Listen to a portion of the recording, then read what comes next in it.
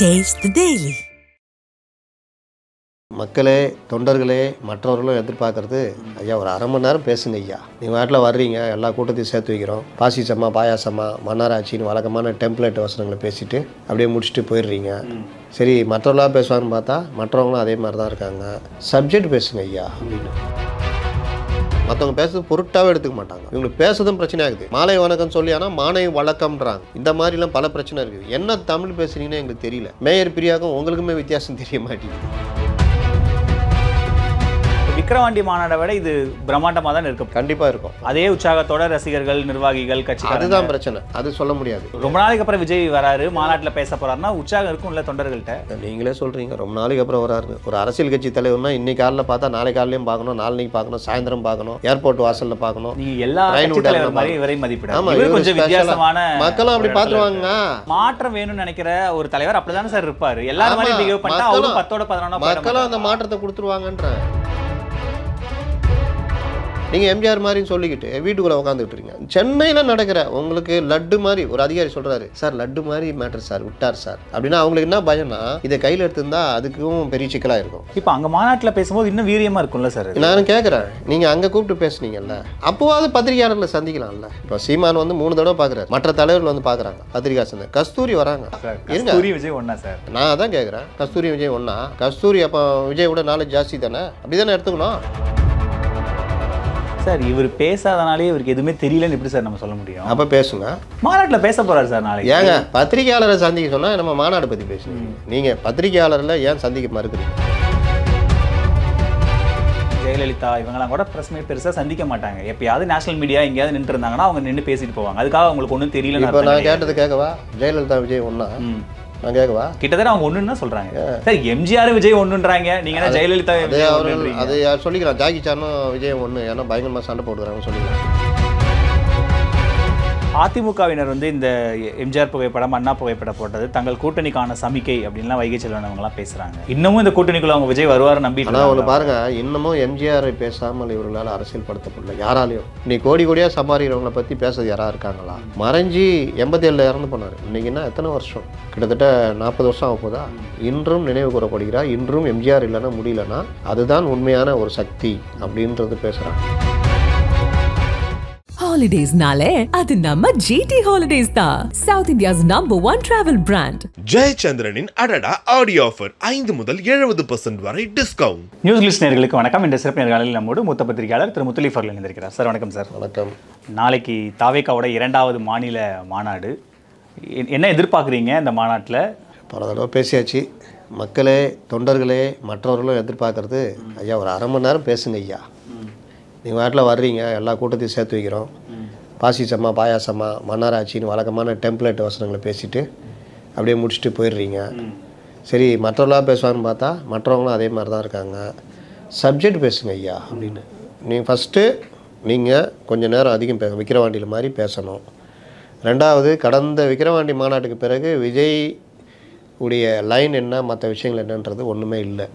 அப்போ பரந்தூர் போனால் அங்கே பரந்தூர் பற்றி பேசுகிறது. அஜித்குமார் மேட்டர்னா ஊரே எதிர்பார்த்துக்கிட்டு இருக்கு. ஃபஸ்ட் டைம் வராரு, வேறு லெவலில் போகிறாரு, 18 ஃபேமிலி சந்திச்சிட்டாரு, இன்றைக்கி அனல் தெரிய போகுது, கவர்மெண்ட்டுக்கு பெரிய நெருக்கடி உண்டாகும் அப்படின்னு பார்த்தா ஜாலிடா அப்படின்ற அளவுக்கு 2 நிமிஷம் கூட இல்லை பேசிட்டு போயிடுறாரு. அப்போ இவர்கிட்ட இந்த பிரச்சனை இருக்குது, பத்திரிகையாளர்களை சந்திக்க மாட்டேங்கிறாரு, பொலிட்டிக்கலாக பேச மாட்டேங்கிறாரு. அப்போ அரை மணி நேரம் பேசணும், கொஞ்சமாவது லென்த்தியாக பேசணும்னு எதிர்பார்க்குறாங்க. நீ புஷியை கேட்டால் கூட சொல்லுவார், தலைவர் வந்துன்னு. ஐயா அதெல்லாம் வேணாம், தனியாக வா. என்ன எதிர்பார்க்குறேன்னு கேட்டால் ஒரு அரை மணி நேரம் பேசணுங்க, நான் வேறு என்ன சொல்ல முடியும் அப்படின்ட்டு போயிடுவார். ஏன்னா எல்லாருக்கிட்டையும் அந்த இது இருக்குது. ரெண்டாவது, சப்ஜெக்ட் பேசணும். நீங்கள் வழக்கமாக இப்போ டிஎம்கேல ஒரு விஷயம்னா ஒன்றிணைவோம் வா, ஓரணியில் வா, உடன்பிறப்பே வா, உங்கள் இந்த மாதிரி டெம்ப்ளேட் வச்சுக்கிட்டு அந்த மாதிரி தான் நீங்களும் பாசிசமா பாயாசமா இந்த டெம்ப்ளேட்டை வச்சே உருட்டுறீங்க. அதுக்கப்புறம் மன்னராட்சி இந்த டெம்ப்ளேட் வச்சு உருட்டுறீங்க. அதை இவரும் பேசியிருக்காரு. பாசிசமா பாயாசமா இவரும் பேசுகிறார், அவங்களும் பேசுகிறார். எல்லாம் அவங்களுடைய தேசிய வரியாக மாறிச்சு. இப்போ வந்து 67, 77 67 நம்ம சொல்லி மாஞ்சி போயிட்டோம். இல்லை அந்த மாநாட்டுக்கான தீமையே அதானே வச்சிருக்காங்க. வெற்றி வாகை சூடும் வரலாறு திரும்புகிறது போட்டு அந்த 2 ஃபோட்டோ போட்டிருக்காங்கன்னா பின்னாடி வர்றேன். அப்போ இந்த மாதிரி டெம்ப்ளேட்டு இது வந்து ஒரு தடவை கேட்கலாம். இப்போ நான் உங்கள்கிட்ட ஒரு ஜோக் சொல்கிறேன், ஒரு தடவை முதல் தடவை கேட்டிங்கன்னா சிரிப்பீங்க. மறுபடியும் நான் இப்படி போயிட்டு வந்து மறுபடியும் அதே ஜோக்கை சொன்னேன்னா என்னடா ஆச்சு மரகரை கலந்து போச்சு அவருக்கு அப்படின்னு லைட்டாக சிரிச்சு வைப்பீங்க. 3வது தடவை நான் வந்து அதே மாதிரி சொன்னேன்னா அவங்களுக்கு காண்டாவமா காண்டாயோ என்ன நான் பைத்தியமாக நினச்சிட்ருக்கேன், என்ன ஒரே இதை திருப்பி சொல்லுங்கிறேன் அப்படின்னு.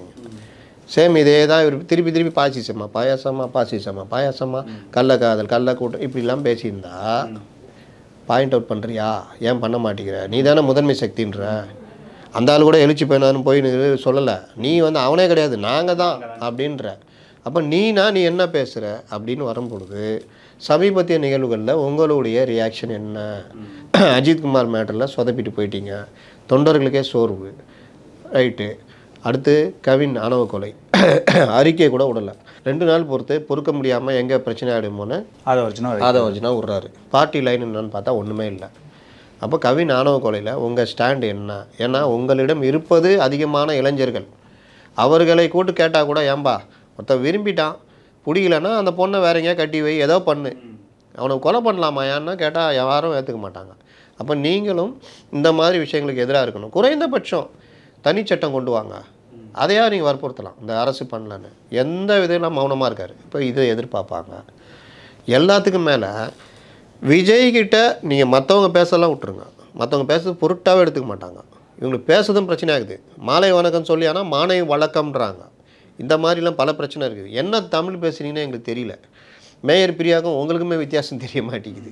இந்த மாதிரி விஷயத்தில் விஜய் வந்து பேசுகிறாருன்னா, இப்போ இவர் எழுச்சி பயணம் தொடங்கினார் எடப்பாடி, அவர் போராடலாம் கேட்குறாரு, பாயிண்ட் அவுட் பண்ணுறாரா, எங்கள் 1000 ரூபா கொடுக்குறேன்றீங்க. இவங்க என்ன சொல்கிறாங்க, ஒரு இவர் கேட்குறாரு பத்திரிகையாளர் ஸ்டாலின்கிட்ட, உங்கள் ஆட்சியுடைய 3 முத்தான திட்டங்கள் சொல்லுங்கள், மகளிர் உரிமை தொகை. இவர் என்ன சொல்கிறாரு, மகளிர் உரிமை தொகை 1000 ரூபா கொடுத்த, மின்சார கட்டணம் 4500 ஆகிட்டியா, 3000 ரூபா எக்ஸ்ட்ரா கட்டுறாங்கல்ல, யார் கட்டுவா, 1000 ரூபா கொடுத்துட்டு அங்கே 3000 ரூபா ஏற்றிட்டேன், பால் விலை ஏற்றிட்டேன், பஸ் விலை விடியல் பயணன்ற பஸ்ஸு வருதா, பாயிண்ட் அவுட் பண்ணுறாரு. நெசவாளர்கள் பிரச்சனை இது பண்ணியா, காவிரி நீர் பிரச்சனை, கடைமடை வரைக்கும் தண்ணி போய்க்குதா, தூர்வாரி இருக்கியா, தாலிக்கு தாங்க நிறுத்திட்டேன், நான் வந்தால் தருவேன், லேப்டாப் கொடுத்தியா, சொன்னிய செஞ்சியா, பாயிண்ட் அவுட் பண்ணுறாரு. அப்புறம் நான் வந்தால் மீண்டும் இதை கொண்டு வருவேன், நான் வந்தால் அதிகாரிகள் விட மாட்டேன், நான் வந்தால் மீண்டும் சொல்கிறாரா? நீங்கள் இது வரைக்கும் பாயிண்ட் அவுட் பண்ணி பேசியிருக்கீங்களா? நீங்கள் பாயிண்ட் அவுட் பண்ணோம்ல, நீங்கள் உங்கள் பேச்சு பட்டி தொட்டி வரைக்கும் போகும், பார்க்காதவங்க கூட பார்ப்பான். அப்போது ரீல்ஸாக அதான் உங்கள்கிட்ட இருக்கிற வாரியர்ஸு சின்னதாக ரீல்ஸ் கட் பண்ணி ஃபயர் விட்டு போடுவான். அப்போ நீங்கள் அவங்களுக்குமே அரசியல் தெரியறதுக்கு நீங்கள் என்ன பேசணும், ஏன் இந்த மாதிரி பண்ணுறீங்க, எல்லாத்துக்கும் பேர் வைக்கிறீங்க. ஆனால் மக்களுக்கு என்ன நடக்குது? சமீபத்தில் நடந்த அந்த பட்டியலின மக்களுக்கான அந்த இது, அதில் கூட்டணி கட்சிகள் எப்படி நடந்துக்கிட்டீங்க? நீங்கள் என்ன பண்ணீங்க? கூலிப்படம் பார்த்தீங்க, நீங்கள் அந்த மக்களை கைவிட்டுட்டீங்க. நீங்கள் ஒரு தனியார் நிறுவனத்து கூட ஒப்பந்தம் கூட போடுங்க. பட் அதெல்லாம் மாநாட்டில் பேசுவார் இல்லை சார், அதெல்லாம் எப்படி பேசாமல் இருப்பார்? நான் சொல்கிறது எதிர்பார்ப்பு, பேசணும்னு சொல்கிறேன். இல்லை நீங்கள் சொன்ன சம்பவங்களில் கவின் சம்பவத்துக்கு மட்டும்தான் அவர் ரியாக்ட் பண்ணல, மற்ற சம்பவம் எல்லாத்துக்குமே அவருடைய இதை சொன்னார். தூய்மை பணியாளர் நீங்கள் சொல்கிற தூய்மை பணியாளர் அங்கேயே கூப்பிட்டே பார்த்தாரு, பனையூர்லேயே பார்த்தாரு. அதுதானே பிரச்சனையே, எல்லாரும் இங்கே வருவாங்களாம், இவர் மட்டும் தெய்வம் அங்கே போகணுமா? சார் மற்றவங்க மாதிரி விஜய் அவர் ஸ்டார் இல்லை, அவர் வந்தால் கூட்டம் கூடும், டிராஃபிக் எவ்வளோ சிக்கல் இருக்குது, சூப்பர் ஸ்டார். இங்கே டிவி ஸ்டேஷன் ஒரு ஆர்ப்பாட்டம் நடத்தினார், அப்போ எங்கே போச்சு அந்த கூட்டம்? சார் அது வந்து ஒரு கண்ட்ரோலான ஒரு போலீஸ் இதோட நடந்த இது. அங்கே ஏங்க 10 லட்சம் பேர் சென்னையில் 10 லட்சம் பேர் உங்கள் தொண்டர் இருக்காங்க. நீ என்ன போலீஸ் கண்ட்ரோல்னால ஒரு 50,000 பேர் திரண்டுட்டான் வச்சுக்கோங்க. போலீஸ்லாம் அப்படி ஓரம் போயிட்டு அப்பா ஓரமாக போய் நில்லுங்க அந்த மாதிரி சொல்லுவாங்க. அதை மீறிலாம் போலீஸாலாம் ஒன்றும் பண்ண முடியாது. மக்களுக்கு தொந்தரவாக இருக்கும்ல, அதனால தான் வரலையா தொண்டர்கள்? அப்படி சொன்னாங்களா? அப்படி சொல்லி தான் ஒரு பாரதியார் தான் சொல்கிறாரு. அந்த உருட்டுங்க நடக்காது. நீங்கள் சொன்னது என்ன உருட்டுனீங்கன்னு சொன்னால் வர்றவர்கள் எல்லாம் மாவட்ட ரீதியாக தடுத்து விட்டார்கள். அந்த விஷயம்லாம் பார்த்தா 5 பேர் 4 பேர் அந்த மண்டபத்தில் உட்கார வச்சுருந்தது. உங்களுக்கு மாவட்டமே தேவையில்லை, நீங்கள் தான் பெரிய ஆளாச்சே, சென்னையை ஸ்தம்பிக்குமே. நீங்கள் சொல்கிறது என்ன, விஜய் அங்கே வந்தால் சென்னை ஸ்தம்பிக்கும். நீங்கள் உங்கள் தொண்டர்களை இங்கே என்ன சொல்கிறீங்க, வர வேணான்னு சொல்லிட்டோம் அப்படி. அதே மாதிரி அங்கே வர வேணான்னு சொல்லிவிட்டு நீங்கள் போனீங்கன்னா இங்கே மக்கள் வந்து திரண்டு ஸ்தம்பிச்சுதா? தொண்டர்களை வர வேணான்ட்டீங்க, ஸ்தம்பிக்கணும். மக்கள் வந்தாங்களா? ஏர் ஷோ மாதிரியா ஸ்தம்பிச்சது அந்த ஆர்ப்பாட்டம்? இல்லை. இப்போ இங்கே வந்தால் மட்டும் என்ன பெரிய ஸ்தம்பிச்சிட போகுது? எம்ஜிஆரை சொல்கிறீங்க, நான் வந்து எம்ஜிஆர் மாதிரி என்ன. எம்ஜிஆர் ஒரு நிகழ்ச்சி சொல்கிறாங்க, ஜப்பான் போயிட்டு வராராம், கலைஞர் தலைமையில் அவரை வரவேற்கிறாங்க. மத்தியானம் 3 மணிக்கு வந்தவர் வீட்டுக்கு போகும்போது அதிகாலை 3 மணி, அவ்வளோ கூட்டம், அவருக்கு மாலை போடுறது இதுன்னு. அப்படியே இருந்து எம்ஜிஆர் ஒன்றும் ஓடி ஒளியிலையே. அவர் போனார். அந்த காலத்தில் எந்த பாதுகாப்பும் கிடையாது, எம்ஜிஆருக்கு உயிர் அச்சுறுத்தல் இருந்தது. ஆனாலும் அதிமுக தொடங்கின பிறகு ஊராக போய் பிரச்சாரம் பண்ணார். இந்த மாதிரி கேரவன்லாம் கிடையாது, சாதாரண ஸ்டுடி பேக்கர் வேனில் தான் போவார் வருவார், பிரச்சாரம் பண்ணார். நீங்கள் எம்ஜிஆர் மாதிரின்னு சொல்லிக்கிட்டு வீட்டுக்குள்ளே உட்காந்துக்கிட்டுருங்க. சென்னையில் நடக்கிற உங்களுக்கு லட்டு மாதிரி ஒரு அதிகாரி சொல்கிறாரு, சார் லட்டு மாதிரி மேட்ரு சார் விட்டார் சார் அப்படின்னா அவங்களுக்கு என்ன பயம்னா, இதை கையில் எடுத்துருந்தா அதுக்கும் பெரிய சிக்கலாக இருக்கும். ஆனால் வரலை, அங்கே கூப்பிட்டு பேசுகிறார். இப்போ அங்கே மாநாட்டில் பேசும்போது இன்னும் வீரியமாக இருக்கும்ல சார். நான் கேட்குறேன், நீங்கள் அங்கே கூப்பிட்டு பேசுனீங்கல்ல, அப்போவாது பத்திரிகையாளர்களை சந்திக்கலாம்ல. இப்போ சீமான் வந்து 3 தடவை பார்க்குறாரு, 3 தடவையும் பத்திரிகையாளர் சந்திக்கிறாரு. மற்ற தலைவர்கள் வந்து பார்க்குறாங்க, பத்திரிகை சந்தை. கஸ்தூரி வராங்க, ஒரு நடிகை, பொலிட்டிக்கலாக இருங்க. விஜய் ஒன்றா சார்? நான் அதான் கேட்குறேன், கஸ்தூரி விஜய் ஒன்றா? கஸ்தூரி அப்போ விஜய் விட நாலேஜ் ஜாஸ்தி தானே, அப்படி தானே எடுத்துக்கணும் சார். வேற என்ன எப்படி சார் சரியா? நீங்கள் எதில் ஒன்றான்னு கேட்குறீங்க? ஒரு லாஜிக்கோட பேசலாம். லாஜிக்கோட நான் கேட்குறேன், கஸ்தூரியும் விஜயும் எதில் ஒன்றா நீங்கள் வந்து விஜயோடைய கரிஷ்மா என்ன, கஸ்தூரியோட இது என்ன? கஸ்தூரி வந்து ஒரு கட்சியில் இருக்காங்க, ஒரு உறுப்பினர். விஜய் ஒரு சூப்பர் ஸ்டார் இல்லை? அதை விட்டுருங்க, ரைட்டு. இங்கே வந்து சூப்பர் ஸ்டார் சோறு போடுமா, இந்த மக்களுக்கு வந்து ஆதரவு தராங்க. நான் என்ன சொல்ல வரேன், கஸ்தூரி வர்றாங்க, சனம் செட்டி வர்றாங்க, உட்காடுறாங்க, பத்திரிகைக்கு பேட்டி கொடுக்குறாங்க, இந்த மக்களுக்கு இவ்வளோ பிரச்சனை இருக்குது, இந்த மாதிரிலாம் பண்ணோன்னு. நீங்கள் கரிஷ்மா லீட்ரு வந்தால் அப்படி சென்னையே பற்றிக்கும். ஆனால் டிவி ஸ்டேஷன் ரோட்டில் மட்டும் என்ன நடந்ததுன்னு தெரியாது. சரி ரைட், அதெல்லாம் மறப்போம் மன்னிப்போம். சரி, அங்கே கூப்பிட்றீங்க, நீ கோயிலில் இருக்க தெய்வம், பக்தர்கள் உங்களை தான் வந்து பார்க்கணும், பார்த்துட்டாங்க, வெளியே வந்து பத்திரிகையாளர்கள் சந்திக்கிறதுனா பிரச்சனை. அவர் எப்பவும் சந்திக்கலையே சார், இது வரைக்கும் வழக்கமே இல்லையே. அதை தான் சொல்கிறேன், வழக்கம் இல்லை, சப்ஜெக்ட் தெரியாது, பயம். இதனால என்ன ஆகுதுன்னா, நான் எப்போவுமே சந்திக்க மாட்டேன். தமிழக அரசியலில் ரொம்ப நுட்பமாக கவனிக்கிறோம் நீங்கள். ஜெயலலிதா இவங்கெல்லாம் கூட ப்ரெஸ் மீட் பெருசாக சந்திக்க மாட்டாங்க. எப்பயாவது நேஷனல் மீடியா எங்கேயாவது நின்று இருந்தாங்கன்னா அவங்க நின்று பேசிட்டு போவாங்க. அதுக்காக அவங்களுக்கு ஒன்றும் தெரியல. இப்போ நான் கேட்டது கேட்கவா, ஜெயலலிதா விஜய் ஒன்றா? நான் கேட்கவா? கிட்டத்தட்ட அவங்க ஒன்றுன்னு தான் சொல்கிறாங்க சார். எம்ஜிஆர் விஜய் ஒன்றுன்றாங்க, நீங்கள் என்ன ஜெயலலிதா? அது சொல்லிக்கலாம், ஜாக்கி சானும் விஜய் ஒன்று, ஏன்னா பயங்கரமாக சண்டை போட்டுக்கிறாங்கன்னு சொல்லிக்கலாம். நான் கேட்குறது என்னென்னா, ஜெயலலிதா ஒரு கட்சியுடைய தலைவராக இருந்து விஜய் மாதிரி செயற்பட்டாரா அப்படின்னா, நீங்கள் என்ன கேட்டிங்கல்ல, நீங்கள் பார்த்துருக்கீங்கன்னு. நான் பார்த்துருக்கேன். ஜெயலலிதா கிட்ட எதுவுமே தப்பாது.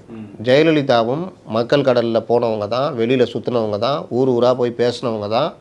ஜெயலலிதாவுடைய 80-82 காலகட்டங்களில் நீங்கள் பார்த்தீங்கன்னா தெருவாக ஊராக போனவங்க.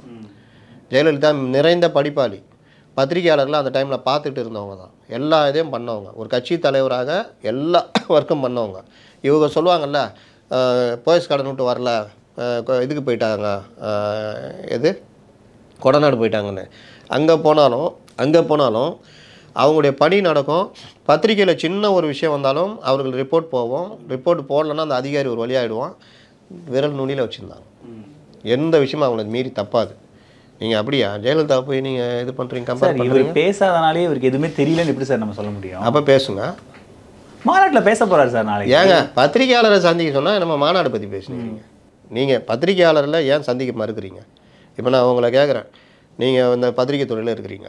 நான் வந்து சார், நான் கௌதம், நான் ஒரு இடம் பேசியிருக்கேன், பெரிய கம்பெனி, ஃபுல்லாக மெக்கானிக்கல் இன்ஜினியரிங் சம்மந்தமாக, ஒரு கார் கம்பெனி. அதுடைய இதுக்கு மெக்கானிக்கல் இன்ஜினியர் தேவைப்படுறாங்க, 2 லட்ச ரூபா சம்பளம். நீங்கள் போய் உடனே இன்டர்வியூ அட்டன் பண்ணுங்கன்னா நீங்கள் என்ன பண்ணுவீங்க? போக மாட்டேன்னு சொல்லி எனக்கு தெரியாதுன்னு சொல்லுவேன். அதுதான் பிரச்சனை. அரசியல்வாதி ஆகணும், முதலமைச்சர் ஆகணும், எல்லாம் முடிவு எடுத்துட்டார். ஆனால் சந்திக்க நீங்கள் அந்த இன்டர்வியூ அட்டன் பண்ணாத காரணம் என்ன? எதையாவது கேட்டுருவாங்களோ, நமக்கு தெரியாது, நம்ம ஏன் அங்கே போகணும்? சப்ஜெக்ட் நாலேஜ் இல்லை. சேம் அதே தான், சப்ஜெக்ட் நாலேஜ் இல்லை. இருந்தால் கரெக்டு சார். இப்போ என்னன்னா, என்னை பற்றி உங்களுக்கு தெரியும், நான் இந்த துறையில் இருக்கேன், நான் இந்த துறையில் வந்து இருக்கேன், எனக்கு அந்த துறை பற்றி தெரியாது, 2 வெவ்வேறு டிபார்ட்மெண்ட்டு. ஏன்னா நம்ம 2 பேரும் ஃப்ரெண்ட்ஸாக இருக்கோம், என்னை பற்றி தெரியும் உங்களுக்கு. விஜய் பற்றி நீங்கள் வெளியிலேருந்து பார்க்குற பிம்பம் தான். அவர் என்ன, அவரோட நாலேஜ் என்ன ஏதுன்றது எதுவுமே தெரியாது. அவர் பேசுகிறத வச்சு, அவர் நடந்துக்கிறத வச்சு நம்மளா ஒன்று யூகிச்சுக்கோங்க. நான் வந்து அவருடைய நாலேஜ், அவரை மிஸ்கால்குலேஷன், அவர் நாலேஜ் இல்லாதவர் நான் சொல்ல வரல. ஏங்க அந்த மாதிரிலாம் நம்ம பேசவே முடியாதுங்க. நீ அவர் 1000 கோடி ரூபா பிஸ்னஸ் பண்ணுறாரு, ஒரு பெரிய நடிகர், இவ்வளோ பெரிய இது வந்திருக்காருன்னா பெரிய அனுபவம் இருக்கும். நம்ம அதிலெல்லாம் நம்ம பேசலை. பொலிட்டிக்கலாக தமிழ்நாட்டுடைய அரசியலை பேசுவதில் அவருக்கு சிக்கல் இருக்குது. அதில் அவர் 0ன்ற. நான் விஜயை குறைத்து மதிப்பிடவில்லை. அவருடைய பொலிட்டிக்கல் நாலேஜ் ஒரு அரசியல் கட்சி தலைவராக மற்ற இப்போ சீமானை கூப்பிட்டு நீங்கள் எந்த கேள்வி கேட்டாலும் பதில் சொல்லுவார். வேறு யாரை கூப்பிட்டு கேட்டாலும் சொல்லுவாங்க. டெய்லி பத்திரிகையாளரை சந்திக்கிறாங்க பண்ணுறாங்க. இங்கே ஏன் மைனஸ்னால் இதுதான் மைனஸ். புஷி ஆனந்த் நம்ம ஏன் சொல்கிறோம் இது தேராதுன்னு? ஏன்னா பத்திரிகையாளரை பார்த்தாலே பயம், எதை பற்றியும் தெரியாது. ஒரு மன்றத்தில் நல்லா ஒரு நல்ல ஆர்கனைசர் சார். நான் தான் சொல்கிறேன்னாங்க, நான் மறுக்கிறேன்னா மன்றத்தில் நல்ல ஆள், மன்றத்தில் ஒரு பெஸ்ட் ஆர்கனைசர்.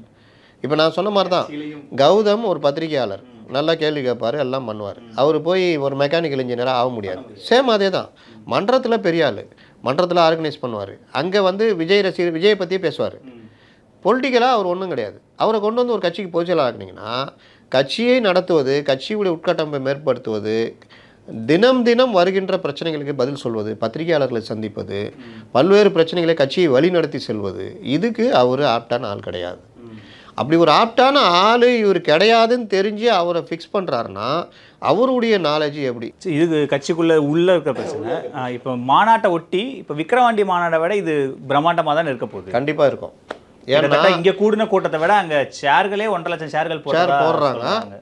தென் மாவட்டங்கள் கேரளால இருந்து வருவாங்க, மற்ற இது அதே உற்சாகத்தோட ரசிகர்கள், நிர்வாகிகள், கட்சி. அதுதான் பிரச்சனை, அது சொல்ல முடியாது. ஏன்னா என்னாச்சு, நீங்க ரொம்ப நாளைக்கு அப்புறம் விஜய் வராரு, மாநாட்டில் பேச போறாருன்னா உற்சாகம் இருக்கும் இல்ல தொண்டர்கள்ட்ட? நீங்களே சொல்றீங்க ரொம்ப நாளைக்கு அப்புறம் வராருன்னு. ஒரு அரசியல் கட்சி தலைவர்னா இன்னைக்கு காலைல பார்த்தா நாளை காலையிலையும் பார்க்கணும், நாளைக்கு பார்க்கணும், சாயந்தரம் பார்க்கணும், ஏர்போர்ட் வாசல்ல பார்க்கணும். நீங்க எல்லா கட்சி தலைவர் மாதிரி இவரை மதிப்பிடாம கொஞ்சம் வித்தியாசமான மக்களும் அப்படி பாத்துருவாங்க, மக்களும் அப்படி பாத்துருவாங்க.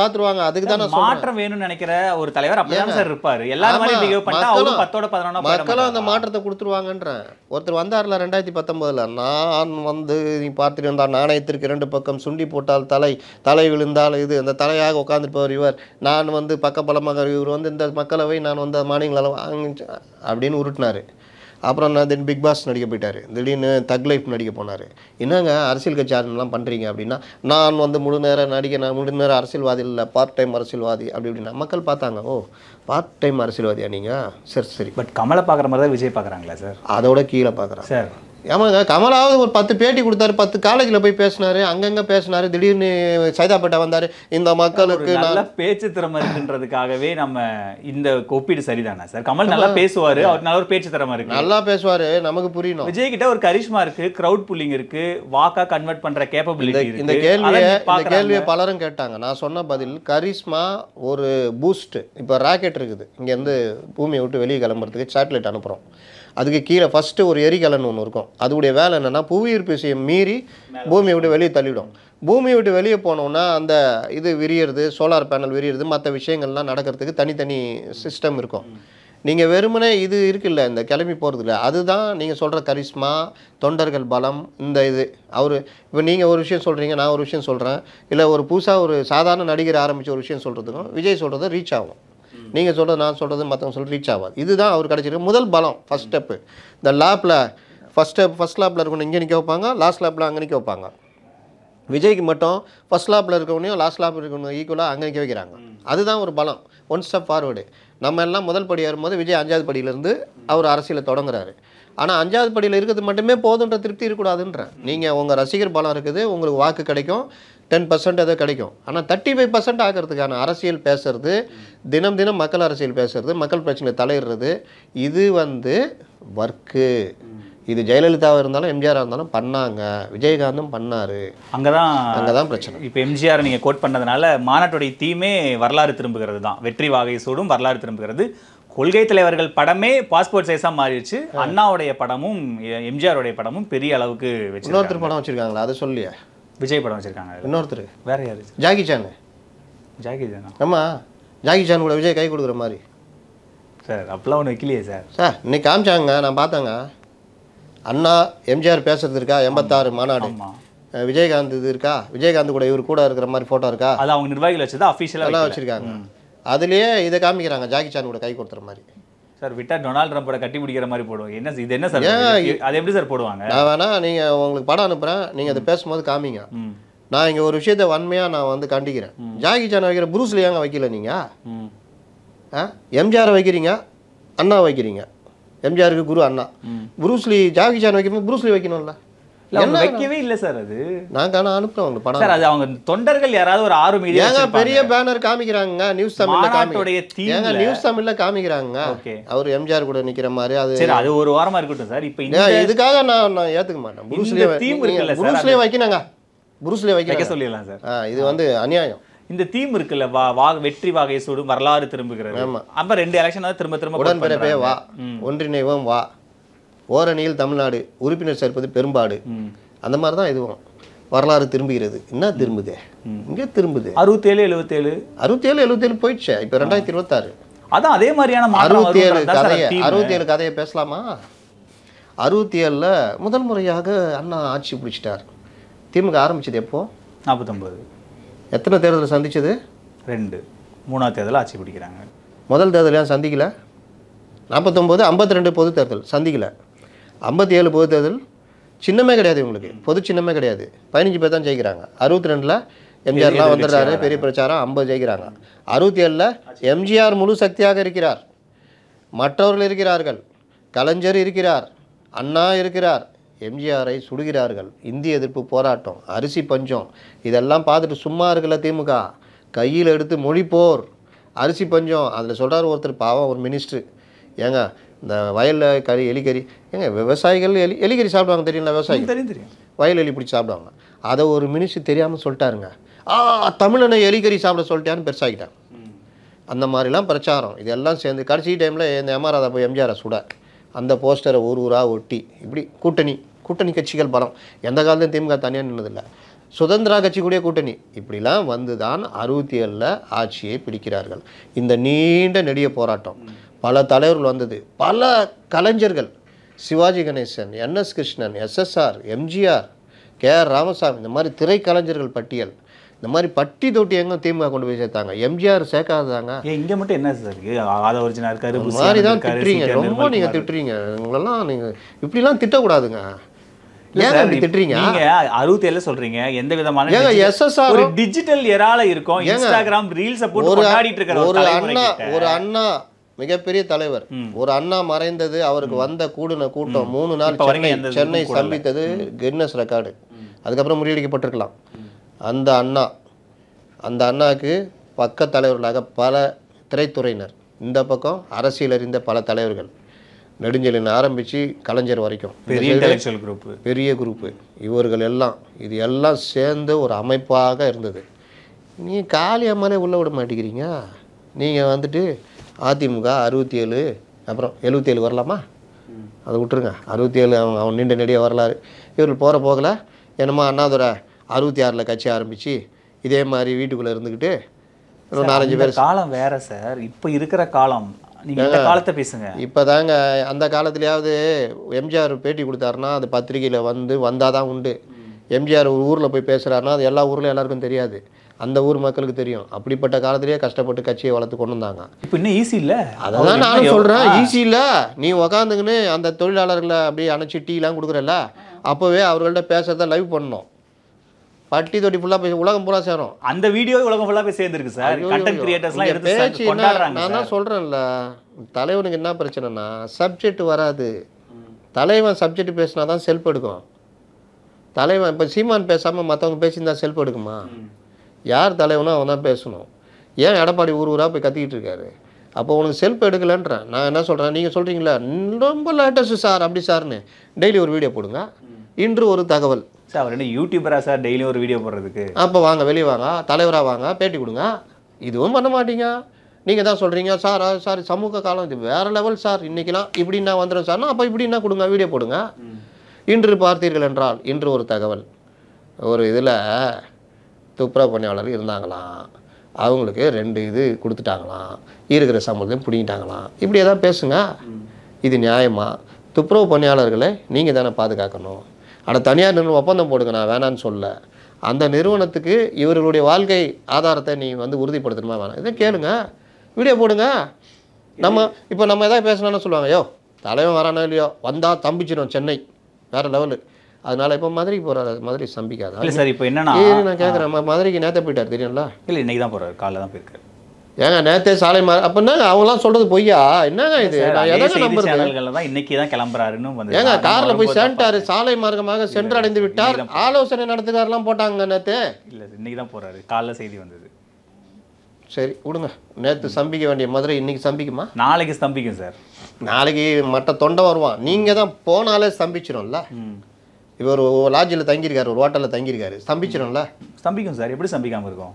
ஸ்தம்பிக்கும். நாளைக்கு தனியார் பள்ளிகளாக சுற்றி இருக்கிற ஸ்கூல் காலேஜ் எல்லாத்துக்கும் லீவு. ஏன்னா அங்கே கட்டுக்கடங்காத கூட்டம் வரும், விஜய் வராரு, தேவையில்லாமல் நிறைய சிக்கல் வரும், அல்ல லீவ். ஸோ அந்த அவங்களுக்கு தெரியுது சார், அதாவது மக்களுக்கு தெரியுது, சென்னையில இருந்து பார்க்குறவங்களுக்கு தான் தெரியல அப்படிங்கிறது தான் விமர்சனமே. மக்கள் மனநிலை வேற. ஏங்க இங்கே வந்தாருங்க, ஆர்ப்பாட்டம் நடத்தினாரு, அப்போ ஏங்க ஸ்கூலுக்குலாம் லீவு இல்லை? அது போராடுறதுக்குன்னே ஒதுக்கப்பட்ட இடம் சார் அது. சரிங்க, மற்ற இவர் வந்தால் காவல் பாதுகாப்போட நடத்தப்பட்ட போராட்டம் அது. இவர் வந்தால் தான் ஸ்தம்பிக்குமேங்க. ஏங்க ஸ்தம்பிக்கல? ஏங்க தொண்டர்கள் தான் நீங்கள் அப்படி இப்படி வர வேணான்ட்டீங்க. 10 லட்சம் பேர் இருக்கிறீங்கப்பா, 10,000 பேர் வந்தால் போதும் அப்படின்ட்டீங்க. சரி, அவ்வளோ பேர் தான் வந்தாங்க. மக்கள் தன்னெழுச்சியாக வந்துடுவாங்களே, ஸ்தம்பிச்சிருக்கணுமே, ஏன் ஸ்தம்பிக்கல? இன்னும் 4 தடவை வெளியே வந்தாலும் வச்சுக்கோங்க, யார் போகிறா? விஜயா? சரி இப்படி தான் ஆகும். இதான் யதார்த்தம். இந்த உருட்டுலாம் ஏன்னா நான் முன்னாடி சொன்னேன் பாருங்கள், சப்ஜெக்ட் நாலேஜ்.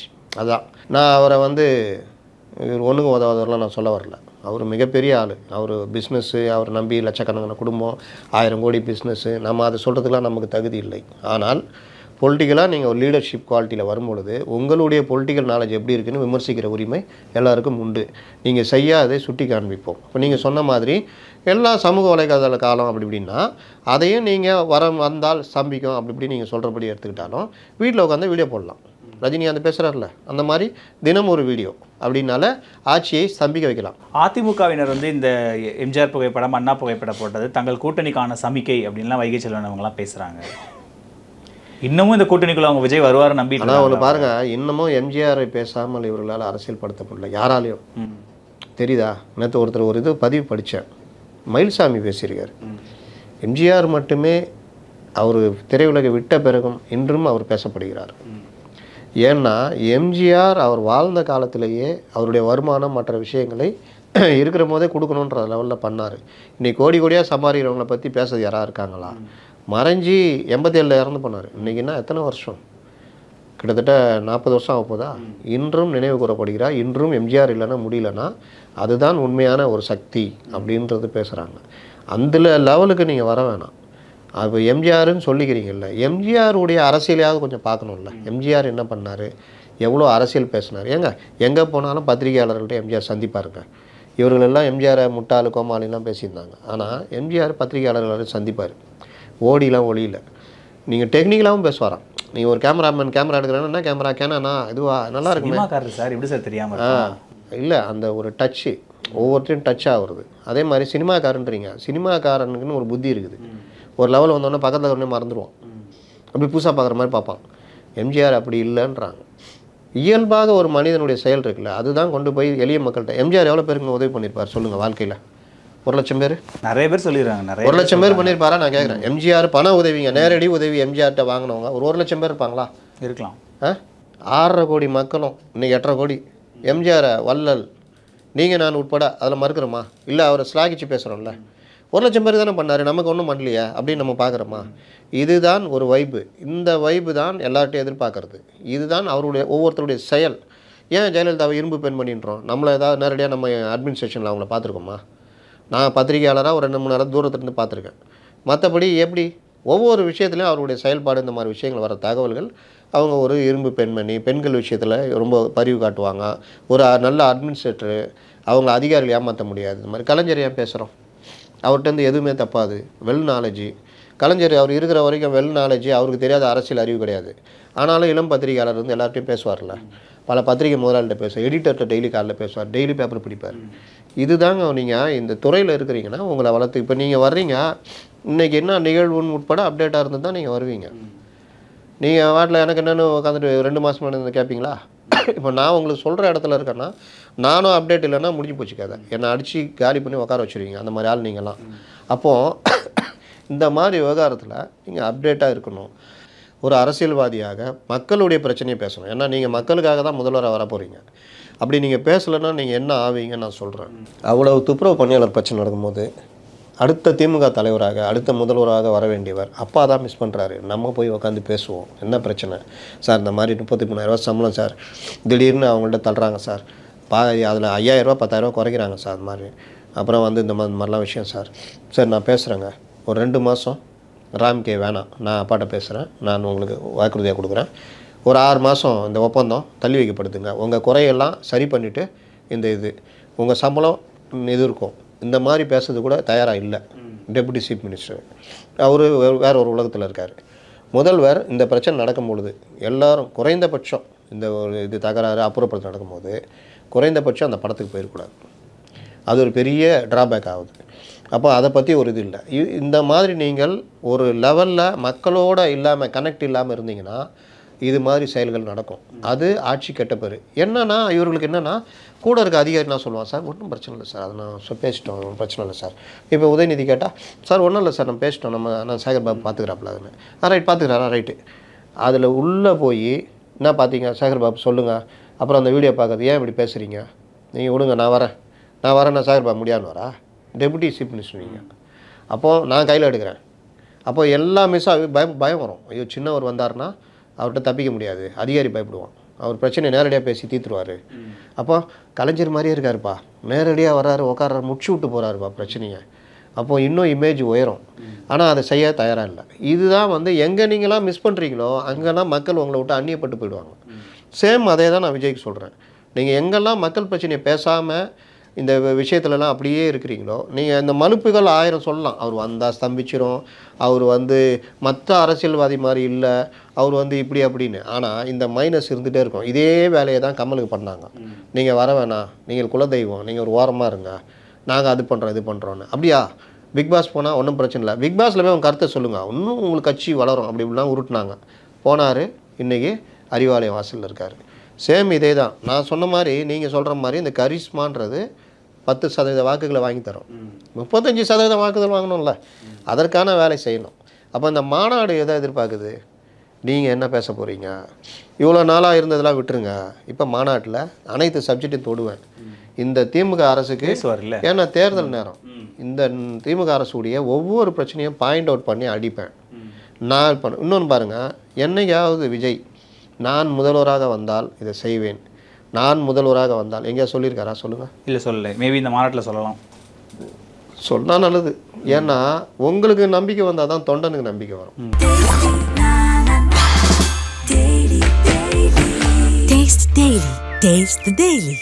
Holidays-nale அது நம்ம GT Holidays தான், South India's #1 travel brand.